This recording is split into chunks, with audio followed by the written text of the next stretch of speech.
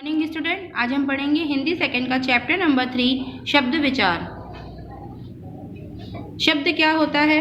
वर्णों के सार्थक मेल से शब्द बनते हैं। शब्दों का वर्गीकरण। हिंदी भाषा में शब्दों के भेद 4 आधार पर किए जाते हैं। सबसे पहले उत्पत्ति या स्रोत के आधार पर, रचना के आधार पर, अर्थ के आधार पर और प्रयोग के आधार पर। उत्पत्ति के आधार पर इनके 5 भेद होते हैं। तत्सम, तत्सम शब्द 2 शब्दों से मिलकर बनता है।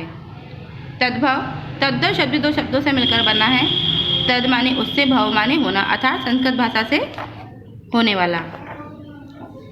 कुछ तद्भव और तत्सम शब्द यहाँ पे दिए गए हैं, वो आपको पढ़ने हैं। देशज शब्द, हिंदी में जिन शब्दों का जन्म किसी भारतीय भाषा या बोली से हुआ है उन्हें देशज शब्द कहते हैं, जैसे लोटा, लड़का, कटोरी, खिड़की, झोपड़ी, झालू आदि। विदेशी शब्द कौन से होते हैं? जो हिंदी में विदेशी भाषाओं से आए शब्द विदेशी शब्द कहलाते हैं। हिंदी भाषा पर इनका अत्यधिक प्रभाव है, इस कारण ये हिंदी में शामिल कर लिए गए हैं, लेकिन अब बोलचाल में वो हमें हिंदी के ही शब्द लगते हैं, जैसे कि अखबार, इमारत, जमीन, मशीन, आका। इस तरीके के जितने भी शब्द हैं ये सब हमारी भाषा के नहीं हैं, ये अरबी, फारसी, अंग्रेजी, तुर्की, पुर्तगाली और चीनी शब्दों से हमारी भाषा में आ गए हैं। चीनी भाषा से हमारी भाषा में आ गए हैं। संकर शब्द, वे शब्द जो 2 भिन्न भाषाओं के योग से बनते हैं संकर शब्द कहलाते हैं। जैसे कि रेलगाड़ी में रेल शब्द अंग्रेजी और गाड़ी शब्द हिंदी से आया है, अतः यह एक संकर शब्द है। नंबर 2 पे है रचना के आधार पर शब्द। रचना के आधार पर शब्द 3 प्रकार के होते हैं, रूढ़ शब्द, यौगिक शब्द और योग रूढ़ शब्द। रूढ़ शब्द वे होते हैं जो प्रयोग होते होते किसी अर्थ विशेष के लिए निश्चित हो गए हैं और जिनको अलग करने पर उनका कोई भी अर्थ नहीं निकलता है। जैसे घर, हवा। घर में से घा को अलग कर देंगे, रा को अलग कर देंगे तो कोई नया शब्द नहीं बनेगा, इसलिए घर एक रूढ़ शब्द है। यौगिक शब्द, योग का अर्थ है मेल अर्थात जुड़ना। जो शब्द 2 शब्दों के मेल से बनते हैं वे यौगिक शब्द कहलाते हैं।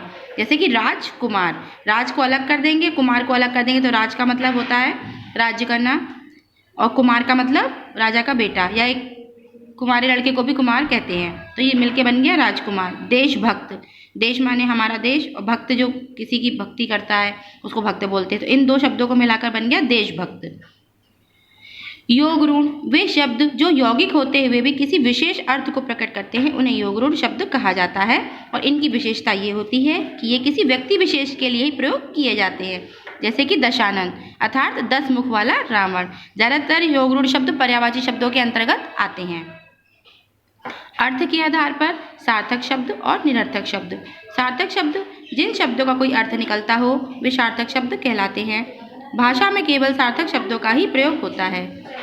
सार्थक शब्द 4 प्रकार के होते हैं, एकार्थक, अनेकार्थक, पर्यायवाची, विपरीतार्थक।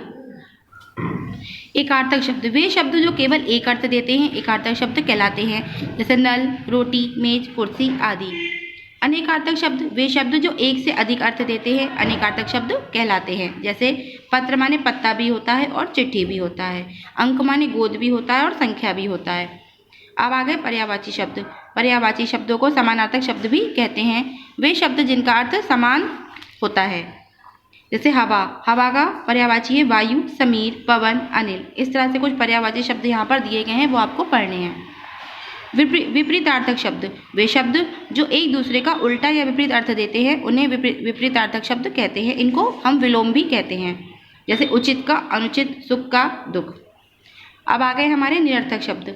जिन शब्दों का कोई अर्थ ना निकलता हो वे निरर्थक शब्द कहलाते हैं और इनका प्रयोग केवल बोलचाल में ही किया जाता है, जैसे रोटी बोटी, कपड़े वपड़े, खाना बाना। इसमें रोटी सार्थक शब्द है और बोटी निरर्थक शब्द है।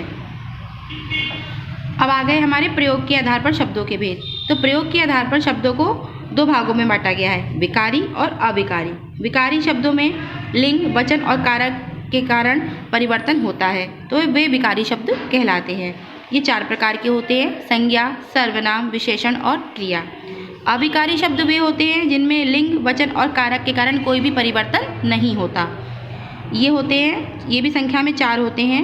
इसमें क्रिया विशेषण, संबंध बोधक, समुच्चय बोधक और विस्मयादि बोधक आते हैं। अब आ गया हमारा येलो बॉक्स। जैसा कि आप जानते हैं इस पूरे चैप्टर में जो कुछ भी मुख्य बातें होती हैं वो इस येलो बॉक्स में लिखी होती हैं। अगर आप इसको पढ़ेंगे तो चैप्टर आपको और भी अच्छी तरीके से समझ में आ जाएगा। Thanks for visit.